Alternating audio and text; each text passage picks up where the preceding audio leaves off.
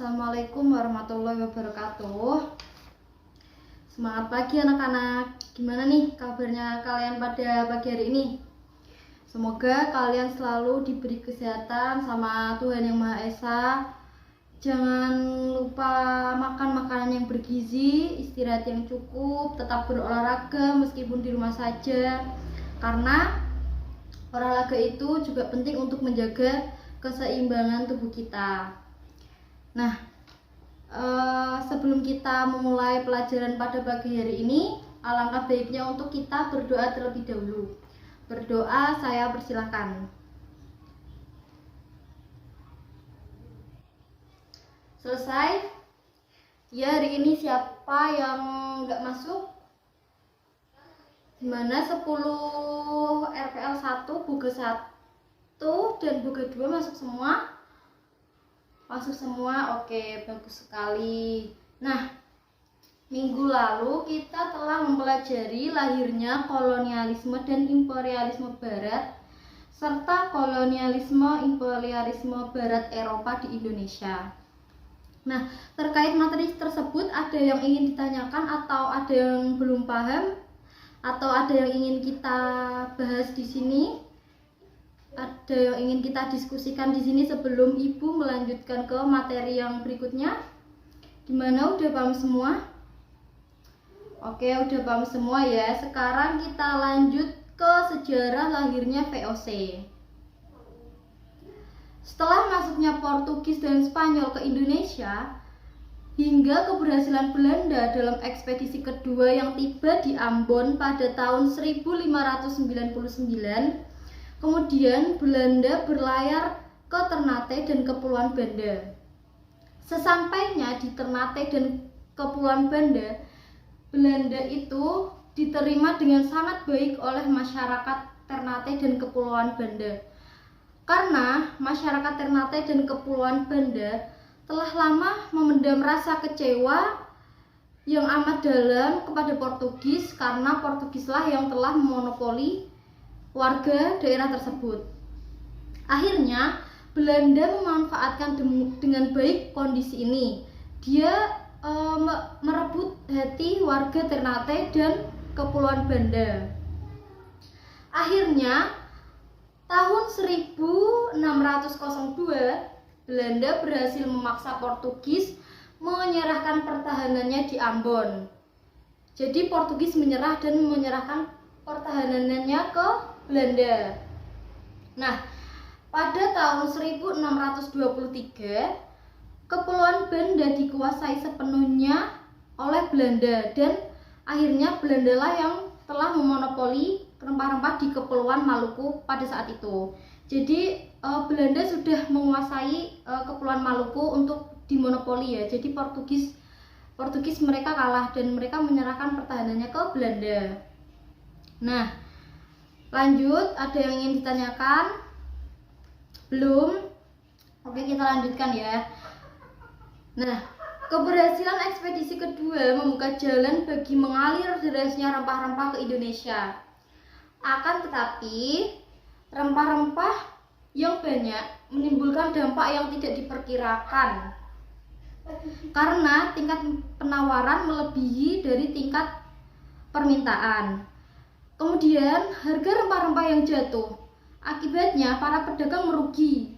Kenyataan ini diperparah oleh kenyataan bahwa kongsi-kongsi dagang itu bersaing dan menimbulkan konflik antara kongsi dagang satu dengan kongsi dagang yang lain. Jadi yang berdagang di Indonesia ini bukan hanya Belanda, tapi ada Portugis, Spanyol, India, Inggris, dan negara-negara lain. Kemudian warga Belanda segera mendesak pemerintah Belanda untuk membangun kongsi dagang yang dimana kongsi dagang tersebut melindungi warga Belanda. Kemudian pada tahun 1602 pemerintah Belanda membentuk kongsi dagang untuk India dan wilayah timur. Pendiri VOC adalah Peter Boot. Nah, Tujuan dari dibentuknya VOC ada 4. Yang pertama, menghindari persaingan tidak sehat antara kongsi-kongsi dagang Belanda. Jadi dalam satu grup VOC ini yang terdiri dari warga Belanda itu mereka tidak ada persaingan di antara mereka. Jadi mereka kayak menentukan harga jual, harga beli itu sama. Jadi ingin mensejahterakan warga Belanda itu sendiri. Yang kedua, memperkuat posisi Belanda dalam menghadapi persaingan dengan bangsa-bangsa Eropa lainnya. Jadi di sini itu mereka kan bersaing dengan bangsa-bangsa yang lain. Nah, dengan adanya VOC ini, warga Belanda bersatu untuk memperkuat posisi Belanda dalam bersaing dengan negara-negara lainnya. Yang ketiga ada memonopoli perdagangan rempah-rempah di Indonesia. Kemudian yang keempat ada membantu pemerintah Belanda yang sedang berjuang melawan Spanyol. Nah, di Indonesia sendiri tadi sudah Ibu jelaskan bahwa tidak hanya ada Belanda yang di Indonesia, tetapi ada bangsa-bangsa lain. Kemudian Belanda itu ingin mengalahkan negara-negara lain dan Belanda ingin berkuasa di negara Indonesia, seperti itu. Nah, itu tadi tujuan dari dibentuknya VOC. Sekarang ada hak istimewa atau hak oktroy yang diberikan kepada VOC. Yang pertama ada menjadi wakil sah pemerintah Belanda di Asia. Yang kedua ada melakukan monopoli perdagangan. Itu ya di buku disimak ya anak-anak. Yang ketiga ada mencetak dan mengedarkan uang sendiri. Jadi mereka punya uang sendiri di kalangan mereka. Kemudian yang ketiga yang keempat ada mengadakan perjanjian serta memaklumkan perang dengan negara lain. Yang kelima menjalankan kekuasaan kehakiman. Yang keenam melakukan pemungutan pajak. Yang ketujuh memiliki angkatan perang sendiri. Serta yang kedelapan menyelenggarakan pemerintahan sendiri. Nah, kalau ada yang nggak paham boleh ya ditanyakan. Pada tahun 1609, Verhoeven kemudian bermaksud membangun benteng dan pos perdagangan di Belanda. Akan tetapi, rencana itu ditolak oleh para tetua yang ada di Belanda yang dimaksud dengan orang kaya. Namun, Verhoeven bersikeras untuk membangun benteng dan pos perdagangan di Belanda. Orang kaya menuntut perundingan ulang yang dimaksud untuk membatalkan pembangunan tersebut. Namun, pada perundingan tersebut bukan perundingan yang terjadi, melainkan perang antara orang Belanda melawan Verhoeven dan pasukannya. Dan pada bulan Mei 1602, dalam perang tersebut, Verhoeven dan 27 orang lainnya dibunuh. Kejadian ini dikenal dengan nama pembantaian Belanda pada tahun 1607. Dan Peter Suncheon, juru tulis Verhoeven dan kelak menjadi gubernur jenderal keempat VOC, menyaksikan sendiri kejadian tersebut dan dia berhasil lolos. Kemudian, karena peristiwa di atas serta mendesaknya kebutuhan akan kontrol yang lebih ketat atas monopoli perdagangan rempah-rempah VOC mengeluarkan kebijakan mengangkat seorang gubernur jenderal VOC yang berasal dari Indonesia. Secara garis besar dalam sejarah yang panjang, VOC menerapkan kebijakan sebagai berikut. Yang pertama ada melakukan dua jenis pajak kepada rakyat. Yang pertama, mereka harus menyerahkan sebagian hasil tanamannya ke Belanda. Dan yang kedua, mereka harus menjual hasil panen tersebut kepada Belanda dengan harga yang sudah ditentukan oleh VOC itu sendiri. Nah, yang kedua ada menyingkirkan pedagang-pedagang lain dari negara-negara lain maupun pedagang Jawa. Yang dimaksud VOC di sini untuk memonopoli perdagangan rempah-rempahan di Indonesia. Jadi VOC menyingkirkan pedagang-pedagang lain dan ingin menguasai perdagangan di Indonesia. Nah, yang ketiga ada menentukan luas areal penanaman rempah-rempah serta jumlah tanaman rempah-rempah. Kebijakan ini khusus dilakukan di Maluku. Jadi di Maluku itu VOC telah menentukan tanah ini untuk ditanam ini dan tanah ini untuk ditanam ini. Jadi sepenuhnya di Maluku itu penanaman hingga perdagangan semua diatur oleh VOC. Nah, yang keempat ada melakukan kebijakan ekstirpasi, yaitu menebang kelebihan tanaman. Jadi misalnya nih ada petani, dia menanam tapi banyak sekali. Nah, Belanda itu kayak yang kamu jangan menanam segini, kamu harus menanam segini. Misal kamu harus menanam 10.000 ton ya, tetapi sebelumnya penanam itu menanam 20.000 ton. Jadi VOC berhak menentukan jumlah dari tanaman yang ditanam oleh petani tersebut agar tidak melebihi jumlah permintaan dari pasar. Kemudian ada mewajibkan kerajaan-kerajaan yang telah terikat dengan VOC untuk menyerahkan upeti setiap tahun. Jadi dulu kan masih terjabat raja-raja ya yang ada di Indonesia. Jadi raja-raja yang ada di Indonesia itu yang telah terikat ke VOC, setiap tahunnya mereka harus menyerahkan upeti berupa apapun itu yang sesuai dengan perjanjian mereka.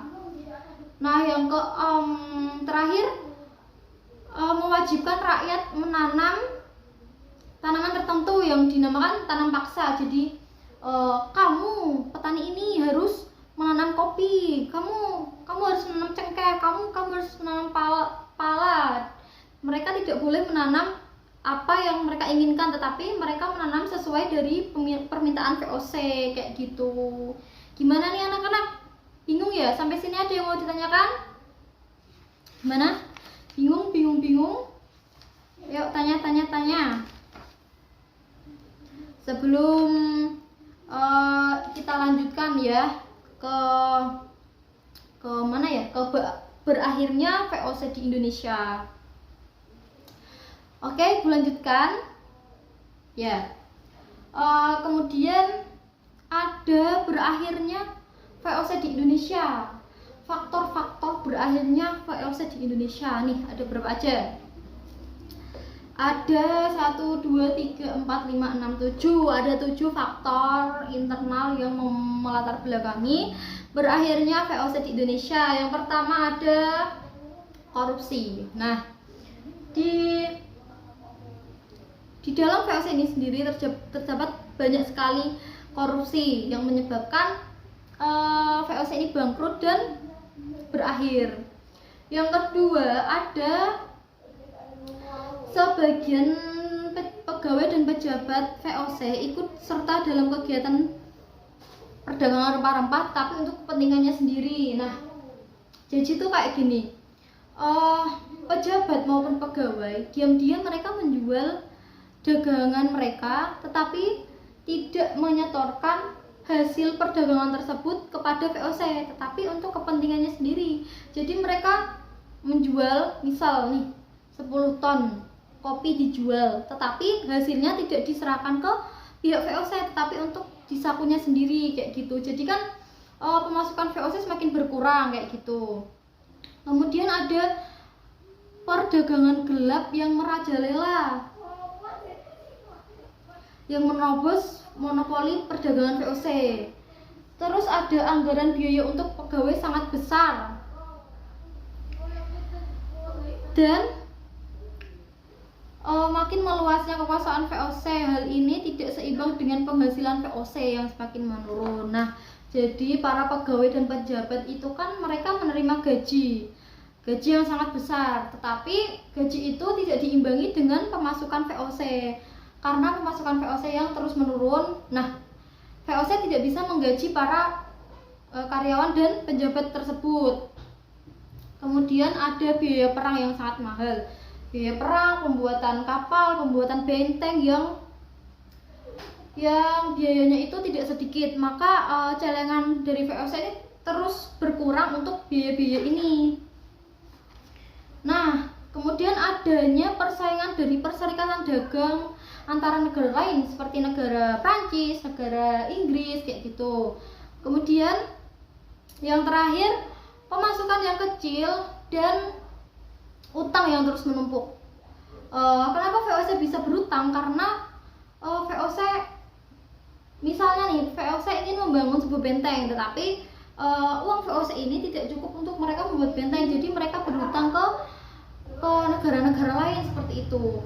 Nah, karena keinginan VOC yang ingin terus membangun benteng, perang, membuat kapal, membuat kongsi-kongsi dagang kayak gitu kan, utangnya semakin bertambah banyak. Lah mereka itu tidak bisa membayar utang, akhirnya VOC bangkrut dan berakhir kayak gitu. Gimana? Paham kan semuanya? Ada yang mau ditanyakan nih sebelum Ibu akhiri? Gimana? Oke, paham semua ya. Nah, sekarang untuk tugasnya kalian kerjakan pilihan ganda halaman 215. Pilihan ganda itu 1 sampai 20 dan isiannya 1 sampai 10. Dikumpulkan minggu depan ya. Minggu depan harus sudah terkumpulkan. Beneran nih nggak ada yang ditanyakan? Kalau gitu buat kalian semangat belajar meskipun online, tetap belajar, jangan malas-malesan, tetap semangat, jaga kesehatan. Jangan lupa tugasnya dikerjakan, tugas ibu ini dan tugas-tugas guru-guru yang lain, karena kita nggak tahu nih mau menilai kalian dari mana kalau kalian nggak mau mengerjakan tugas kayak gitu. Jangan lupa dikerjakan tugasnya, jangan telat. Terus udah ya, itu aja ya. Pelajaran pada pagi hari ini Ibu akhiri. Kurang lebihnya mohon maaf. Wabillahi taufiq wal hidayah. Wassalamualaikum warahmatullahi wabarakatuh.